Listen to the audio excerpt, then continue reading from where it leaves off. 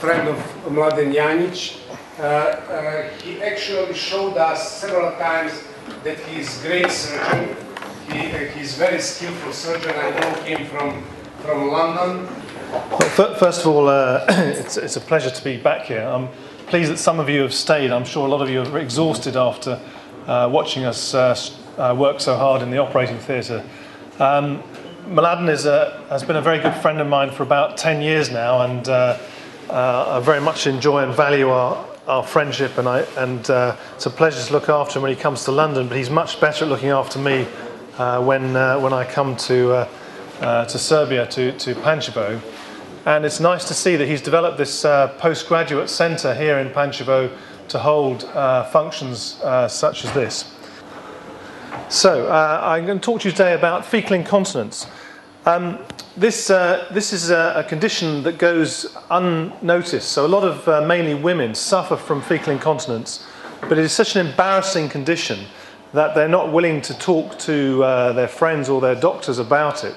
And we believe that in the United Kingdom, about 2% of the population suffers with fecal incontinence, which is the same number of patients that have diabetes. So it's quite a problem, but they tend not to talk about it. In order to understand fecal incontinence, you have to have a very good understanding of the anatomy of the anal canal. And here's a photo micrograph. Do you have a pointer? Do you have the pointer of the anal canal? And middle one, thank you. And as you can see, this is the mucosa, and then you have the internal anal sphincter, which is a continuation of the circular smooth muscle of the rectum, colon, and the external anal sphincter. Now, the internal anal sphincter is under somatic autonomic control, whereas the external anal sphincter is under your control, and hopefully you are all squeezing that now to stop yourselves from having an accident. And here's a schematic, and we can look at the anal canal using MRI scanning and using endoanal ultrasound. In fact, this is endoanal MRI scanning, which gives very nice pictures of the anatomy. So, and I'll show you again later. So you have the internal sphincter, which is the black ring, and the white fuzzy stuff on the outside is the external sphincter. And you can see it again using the MRI system as well. Now, another very important thing is that we have to realise that men and women are different, and that men have only 3 advantages over women. So men don't have babies, which is an advantage. A man can pass urine into a bottle, which is a great advantage when lying in a bed. And also the male anal canal is 2 or 3 times longer than the female anal canal. So it is protected against trauma compared to women. And therefore we have to be extremely careful when we do any anal surgery in ladies. And we can show this. This is a graph showing the squeeze pressures generated by a man. As you can see, you've got a good 6 centimetres of decent pressure that you can generate with the male anal canal, whereas in a woman, the high pressure zone is much, much shorter. So the female anal canal is much shorter than in the man. And of course, women then have babies, and that can damage the sphincter further, as we'll show you shortly. So the normal mechanism of continence, there is twofold. One is it relates to the internal sphincter, which is continuously keeping you continent. And then there's an important activity from the external sphincter, but we can also use secondary muscles of continence, and we can train patients to use them as well. So clenching your buttocks to avoid passing gas or going to the toilet is something that we all do naturally, and we can train patients to use these secondary muscles to enhance their control. Now, other structures are also important in the maintenance of continence, and passive fecal incontinence, which is fecal soiling, is usually due to an injury in the internal anal sphincter, whereas urge incontinence, urgency is a terrible symptom. That is the burning desire that you have to go to the toilet immediately, otherwise you will be incontinent, is related to the storage mechanism, the rectum, and also to the external sphincter. So if you have very bad ulcerative colitis and your rectum has become very inflamed, you will have urgency because there's no mechanism for you to store fecal matter, and you have to get to the toilet very quickly to expel it. Likewise, if you have an injury to the external sphincter, you will normally complain of fecal urgency.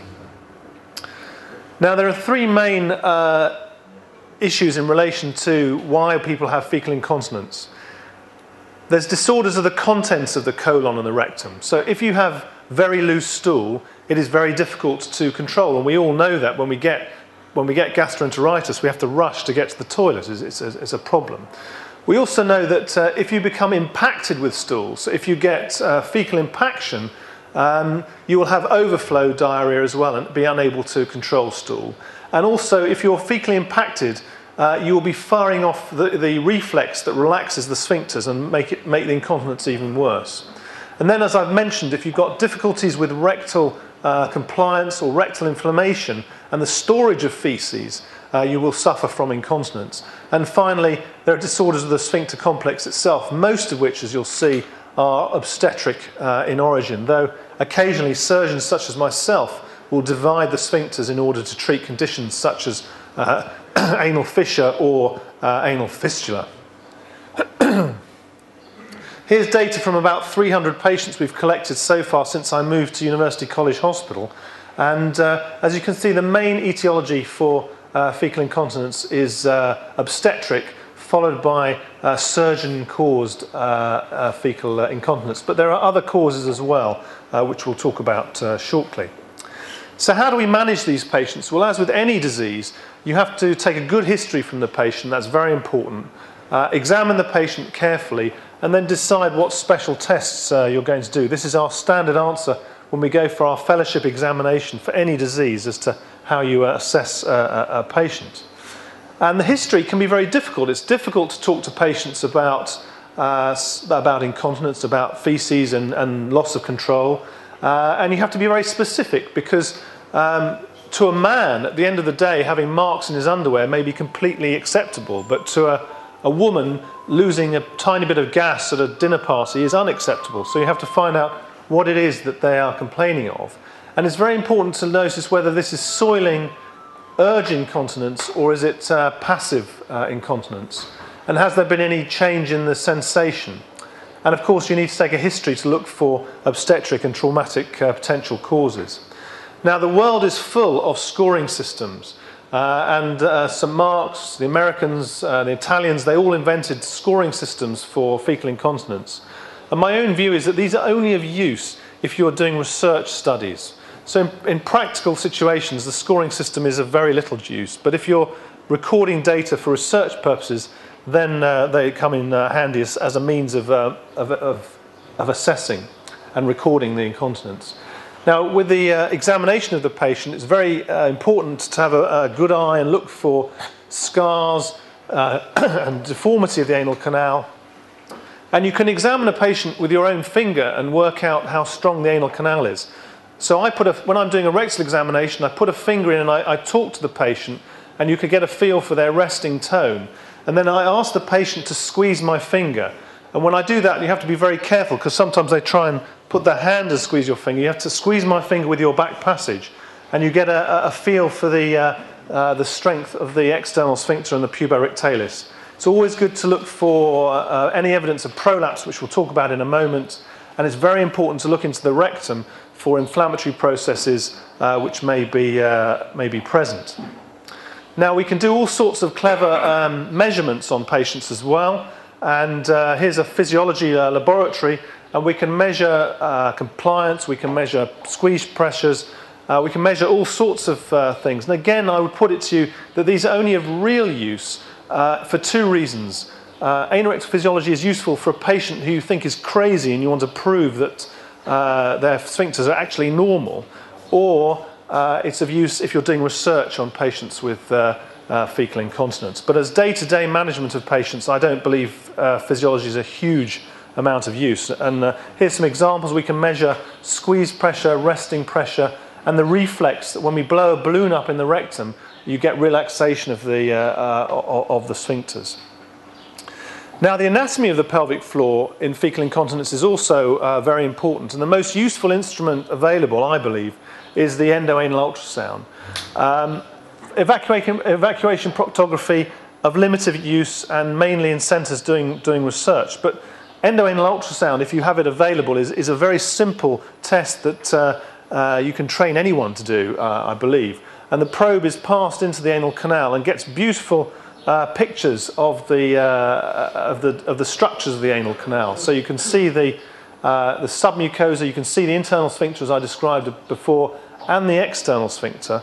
And here's a classic example of a patient who's had a lateral sphincterotomy, and you can see that the internal sphincter has a defect and the muscle has sprung away from the injury. So it's a very useful thing. I think endoanal ultrasound is the most useful tool for the assessment of fecal incontinence. Now, having babies is a very dangerous business.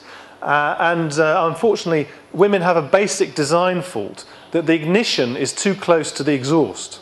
And what happens is that during childbirth, one gets injuries to the sphincters. And this has been shown in many studies, the classical one being from Abdul Sultan, who assessed women pre and postpartum, demonstrating damage to the sphincters, damage to the nerves with delivery.